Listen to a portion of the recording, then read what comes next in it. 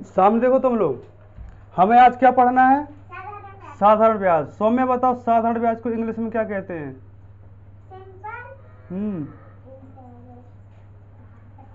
साधारण ब्याज को इंग्लिश में क्या कहते हैं? हाँ, सिंपल इंटरेस्ट। सिंपल इंटरेस्ट यानी कि साधारण ब्याज। क्या कहेंगे? साधारण ब्याज। सिंपल यानी साधारण, इंटरेस्ट यानी ब्याज। अच्छा बताओ, ब्याज क्या कहलाता है, पता है किसी को? ब्याज, ब्याज क्या होता है?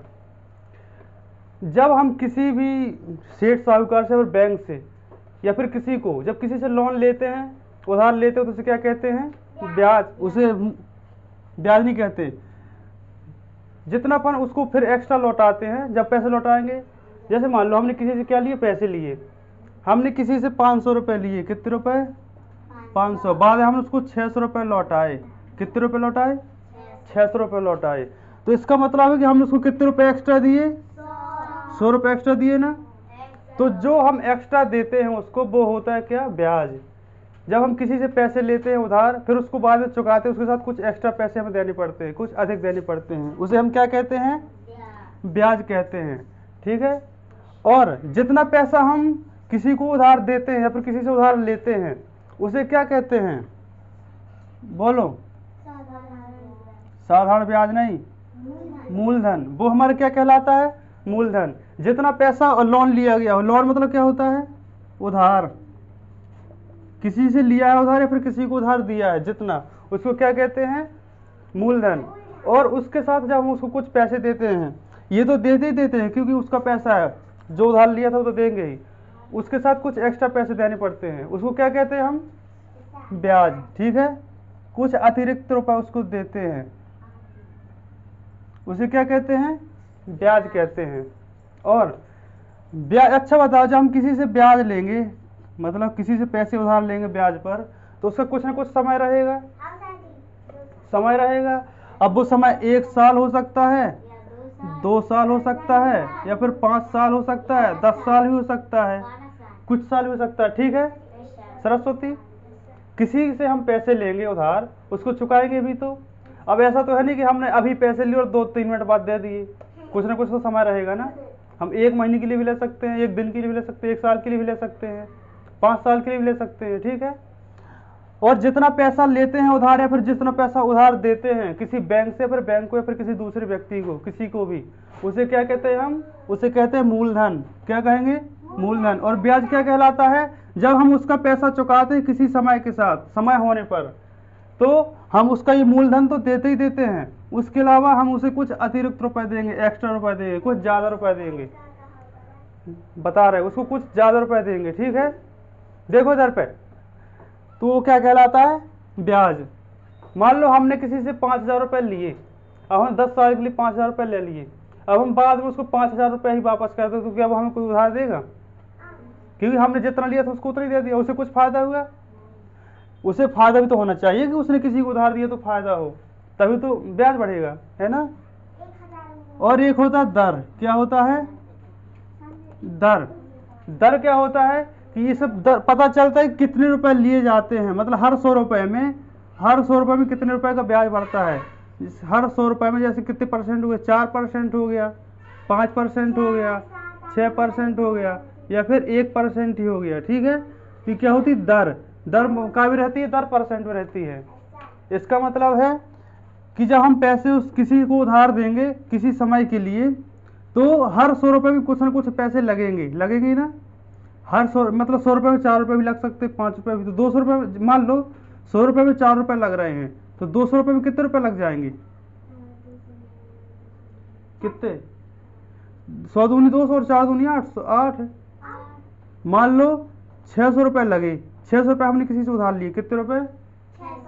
मतलब 100 रुपए में 4 लग रहे, तो 600 रुपए में कितने लगेंगे?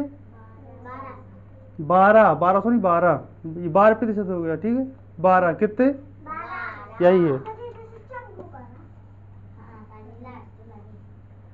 चांदी चमक रहा है, इसके नीचे दिखेगा। ठीक है। अब एक होता है क्या? मिश्र धन। क्या होता है? मिश्र धन क्या कहलाता है? मिश्र धन होता है जो हमने पैसे दिए थे या फिर किसी से लिए थे उसको क्या कहते हैं? मूलधन। नहीं, मिश्रण तो निकालना ही है।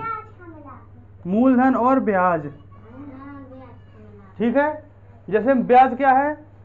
जैसे हमने किसी को अभी बताया था ना, 500 रुपये दिए और उसको 600 रुपये लौटा दिए, तो इसमें क्या क्या है? 500 रुपये भी मूलधन भी है और 100 रुपये एक्स्ट्रा भी है, तो ये 600 हो गए ना, तो मिश्रधन हो जाता है। मिश्रधन का मतलब होता है टोटल मूलधन और ब्याज मिला करके। क्या होता है मिश्रधन? मूलधन और ब्याज मिला करके उसको क्या कहते हैं? मिश्रधन। क्या कहेंगे? मिश्रधन। तो अपन सबसे जो अपना सूत्र होता है ब्याज निकालने का, ब्याज निकालने का सूत्र क्या होता है? याद है तुम लोग को? हाँ बोलो बोलो जल्दी से। मूलधन बटे, ठीक है, यानी कि मूलधन गुणे समय गुणे दर बटे 100। ब्याज का सूत्र क्या हो जाएगा? देखो इधर पे सामने, ब्याज का सूत्र क्या हो जाएगा? मूलधन गुणे समय गुणे दर बटे 100। हो गया ना? अपन सवाल लगाएं। जब आगे अपन को इन सूत्र की जरूरत पड़ेगी तो ये सूत्र भी बताएंगे। समझ गए ये सब? अब देखो अपना पहला ही सवाल है उदाहरण वाला। रवि 400 रुपए में 400 रुपए 6% वार्षिक ब्याज की दर से 2 वर्षों के लिए बैंक में जमा करता है। रवि कितने रुपए जमा करता है? 400 रुपए। रवि जो है 400 रुपए बैंक में जमा करता है, कितने प्रतिशत की दर से? 6% की दर से। कितने समय के लिए? 2 साल के लिए। तो मूलधन क्या हो जाएगा? मूलधन हो जाएगा 400। मैंने क्या कहा कि जो रुपए उधार लिए जाते हैं फिर किसी को उधार दिए जाते हैं, बैंक से भी ले सकते हैं, बैंक को दे भी सकते हैं, जमा कर सकते हैं। और दर है कितने % की दर लगाई है? 6% की दर। और समय कितने समय तक के लिए? 2 साल। ठीक है, वर्ष साल एक ही चीज है। वाई आर से होता है ईयर, ईयर यानी साल। तो इसमें क्या निकालना? ब्याज। तो उसमें क्या सवाल क्या कहा गया है? 2 वर्ष में कितना ब्याज होगा। ठीक है, ब्याज मतलब ये ऐसा ही कर दे, सिंपल इंटरेस्ट। ब्याज को क्या कहेंगे? सिंपल इंटरेस्ट कहेंगे इंग्लिश में। अरे तो देखो इधर पे, चलो सरस्वती ब्याज का सूत्र बोलो, अभी लिखवाया था, बैठे बैठे बोलो। मूलधन गुणे दर गुणे समय। क्या? मूलधन गुणे दर गुणे समय बटे 100। तो मूलधन है 400 गुणे दर है 6, समय है 2 बटे 100। 0 से 0 काट दो, 0 से 0 काट दो, गुणा कर दो। 6 दूनी 12 और 12 चौके 48 रुपए। कितना ब्याज बढ़ा? 48 रुपए। कितना ब्याज बढ़ा? 48 आया ना। अगर कहा गया होता कि मिश्रधन निकालो, मतलब उसे टोटल कितने रुपए लौटाने होते, तो मिश्रधन क्या हो जाता? मिश्रधन होता है मूलधन प्लस ब्याज, होता है कि नहीं? 400 प्लस 48 यानी कि 448 रुपए। कितने रुपए? 448 रुपए क्या हो जाता? ब्याज हो जाता कि नहीं? वो मिश्रधन। टोटल से कितने रुपए देने पड़ते? 448 रुपए। अगला है 1200 रुपए का ब्याज 5 जनवरी 1992 से 30 मई 1992 तक 30% वार्षिक ब्याज की दर से कितना ब्याज होगा। ये वाला सवाल देखो, ये क्या कहा गया है? ये वाले सवाल समझो ऐसे, इसमें डेट दी गई है। क्या दी गई है? डेट। 1200 रुपए का ब्याज मतलब मूलधन कितना है? 1200 रुपए। कितना है मूलधन? 1200 रुपए। और ब्याज 5 जनवरी से, पहले दर बताओ, दर कितनी है? 3%। जो प्रतिशत में रहती है वो दर कहलाती है। समय क्या है? 5 जनवरी 1992 से 30 मई 1992। दोनों 92 है। 5 जनवरी 1992 से 30 मई।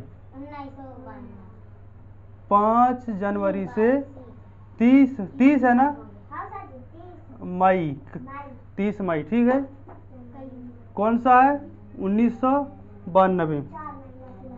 अच्छा ये बताओ, अपन टोटल समय निकालने कितने दिन हुए, तो अपन को ब्याज निकालना। क्या निकालना है? ब्याज। उसके लिए क्या जरूरी होता है ब्याज के लिए? मूलधन गुणे दर गुणे समय।